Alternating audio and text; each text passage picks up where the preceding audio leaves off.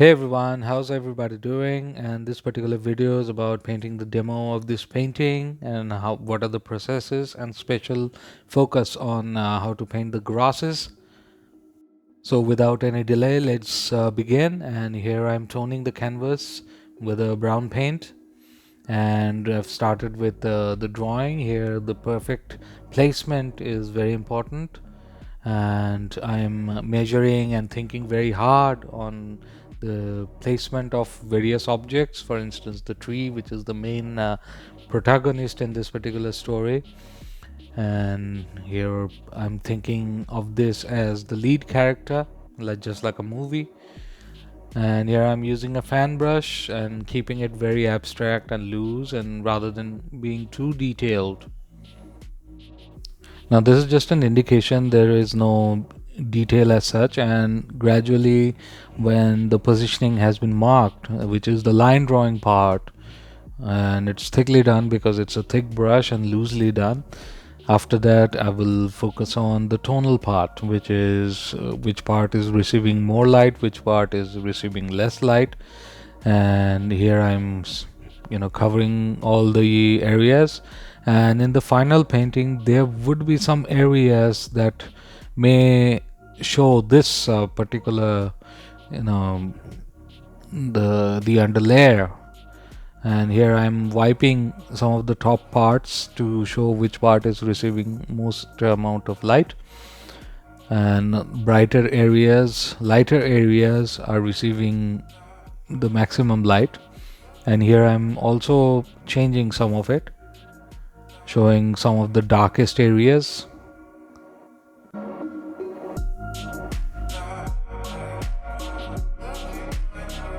Now with my modified fan brush, I'm trying to indicate the grass-like structures. In the original sketch that I did um, while I was doing the plein air, didn't have any of grasses, but here I thought this would add to the interest, and I will play with the cool and warm color temperature. So the central focal point is just underneath the tree. You can understand when I'm wiping, and this is a very good approach while doing the plein air as well. And while doing the drawing, I'm absolutely aware of what is going to happen in the painting, so there are no room for accidents.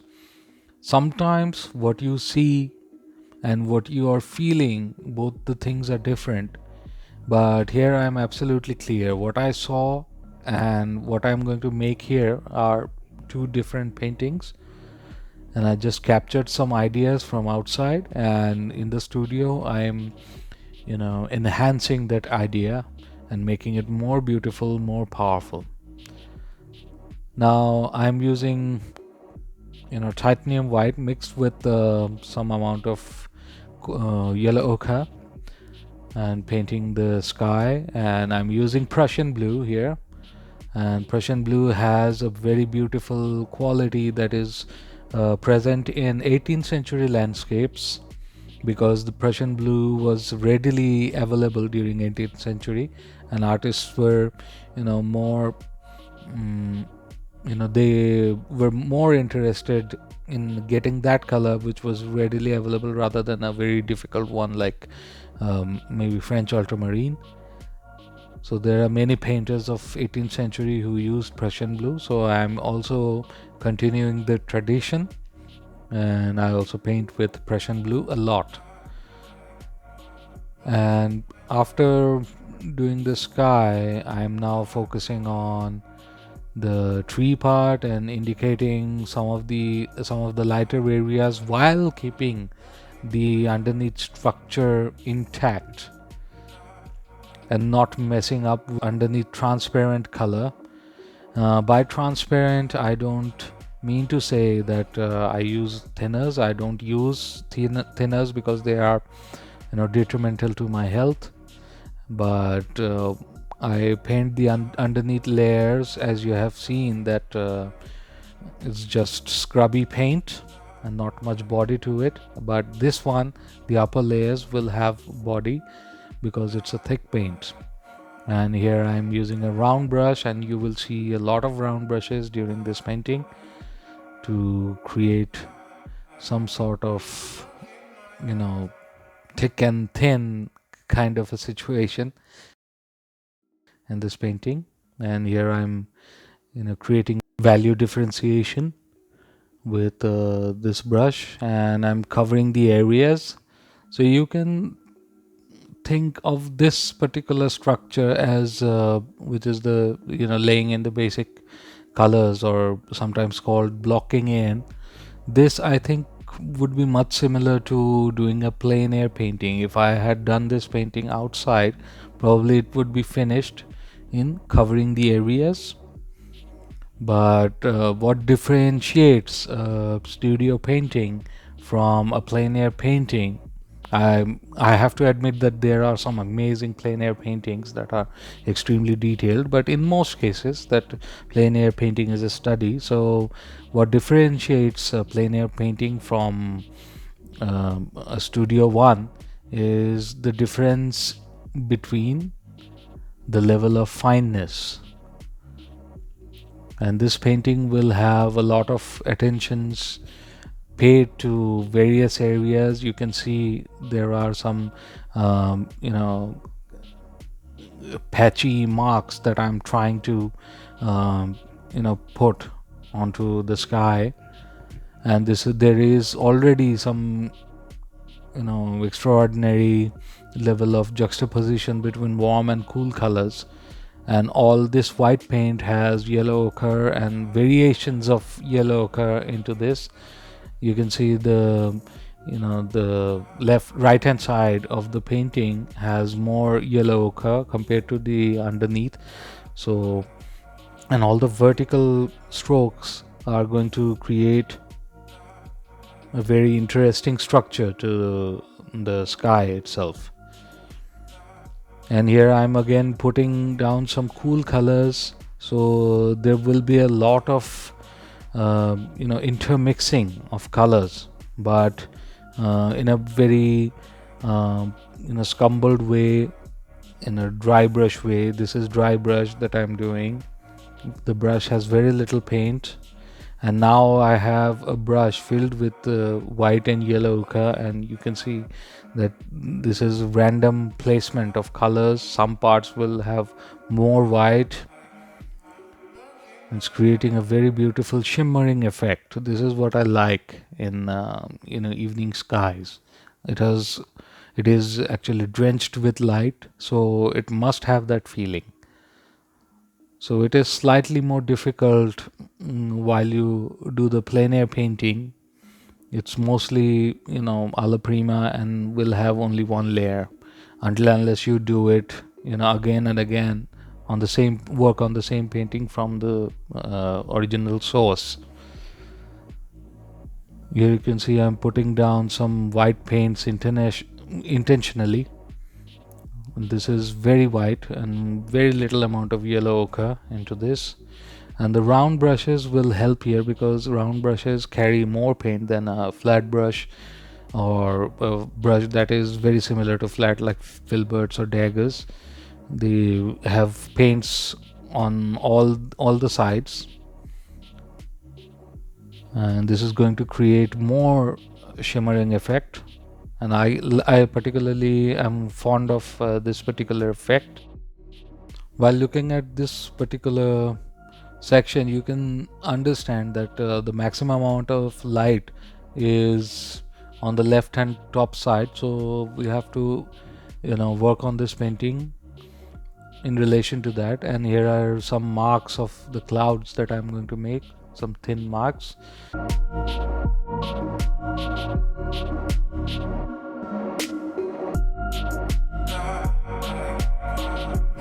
Here I have moved on to the ground section, which is a very important section in this painting, and I'm painting the grasses with an upside down fan brush, because the fan brush has more hard edges on top of it, whereas it leaves a very abstracted edge at the bottom section of the hairs. So that is going to create the perfect situation for painting the grasses. and it'll be more apparent when I'm painting with the the thicker paints. And here I'm just painting with the transparent paint and the darker colors, leaving the underpainting intact completely. And it's just scrubby marks on the field, and we'll be dealing with thicker paints a little later. And here we go, and it's just some scumbled marks on top of the other layers, the underneath layers. And you can see that on the left hand side I've been painting with some blue colors, and here are some warm colors. And we must remember that the central focal point is at the bottom of the tree, so that part will have the most amount of light. And here I'm using another modified fan brush. You can see there is hardly any air in the brushes, but this does the job of producing a very thin abstracted paint marks. And you can see how fine the lines can go, can be painted. It's just thin lines, very hairy lines, but this is a perfect way to retain the abstraction and still execute it in the perfect manner with those brushes. Now here I'm adjusting some of the sky holes, and this I consider as a part of the grasses, because the tree itself looks like a grass buildup of some kind. So I'm adjusting some of the colors and making it cooler and warmer, just with a very fine brush. And now adjusting the shapes and the distance with another thick round brush and scumbling on top of it, just to create a distance between the frontal section and the distant area. We don't want any attentions here. Our attention should be on the big tree and the front section. Round brushes are perfect for painting landscapes, because they have all the sides that can be used and do not need frequent loading. And here I'm using some pale gray green marks on top of the shrubs to create some amount of distance. It's just a little patch here and there, and the tree is made. Here we have moved on to the tree, and the tree is considerably challenging. It's not easy to paint a tree like this, which is also receiving the maximum attention. And here I'm trying to paint some of the leaves that are interim value, and subsequently I'm adjusting them a little with a fan brush with some dark colors so that they merge well.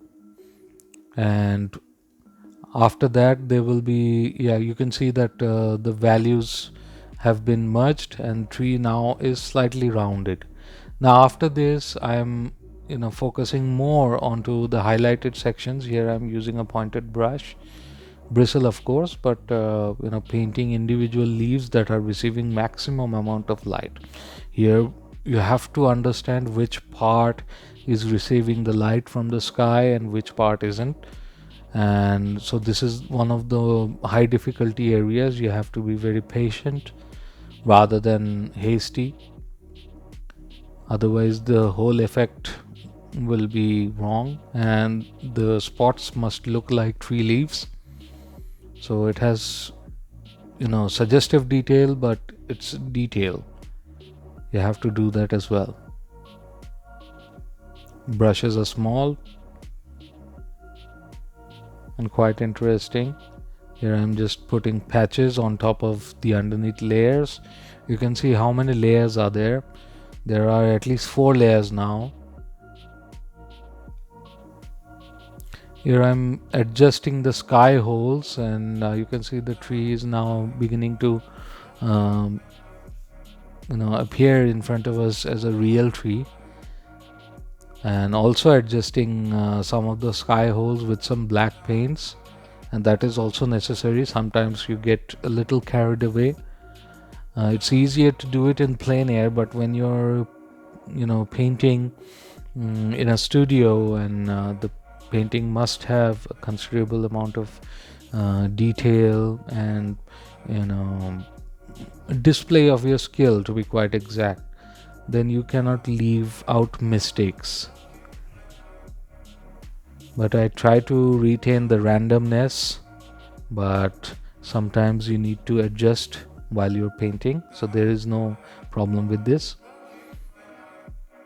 You can see just twisting the round brushes a little, they can deposit some amount of paint onto one section, whereas it misses in the other, and that creates the random marks. Here I'm adjusting the values, sometimes putting down dark marks, sometimes putting interim values as well, and adjusting.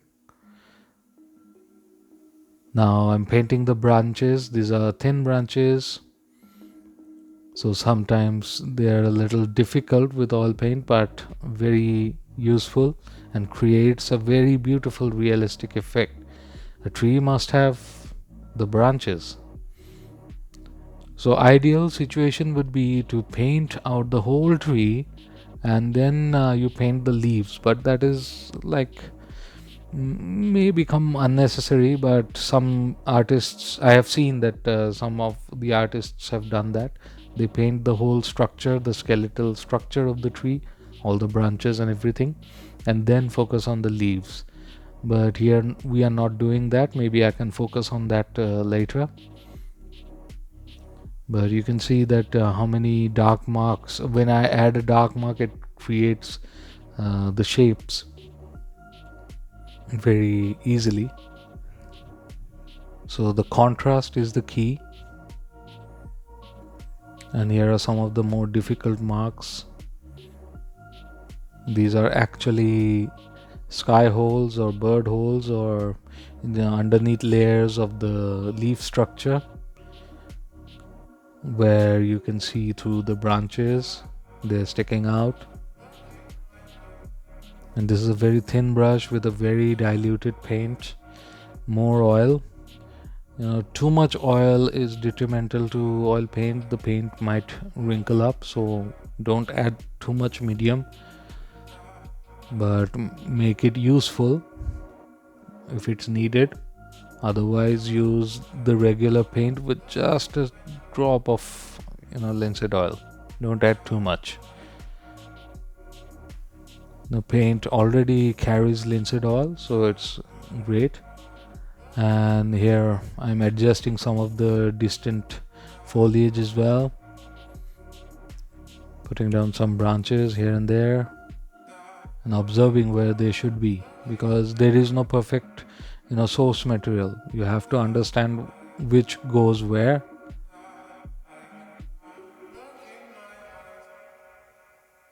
And adjusting some parts again.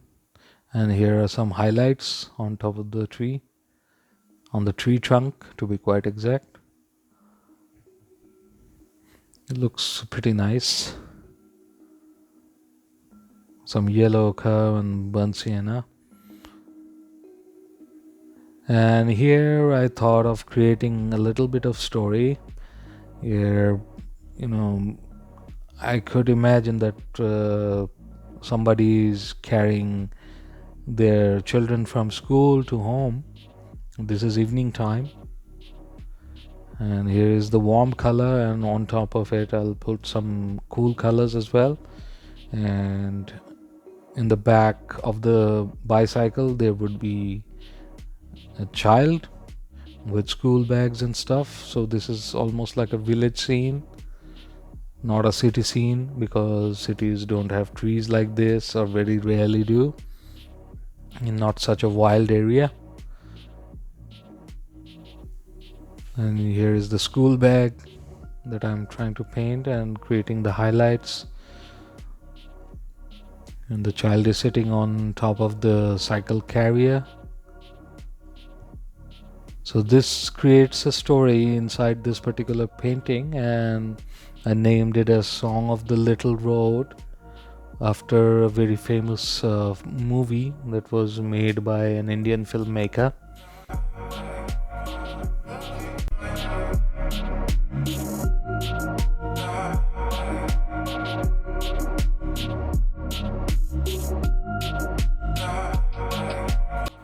And here are some more highlights, because this is evening light and very powerful one,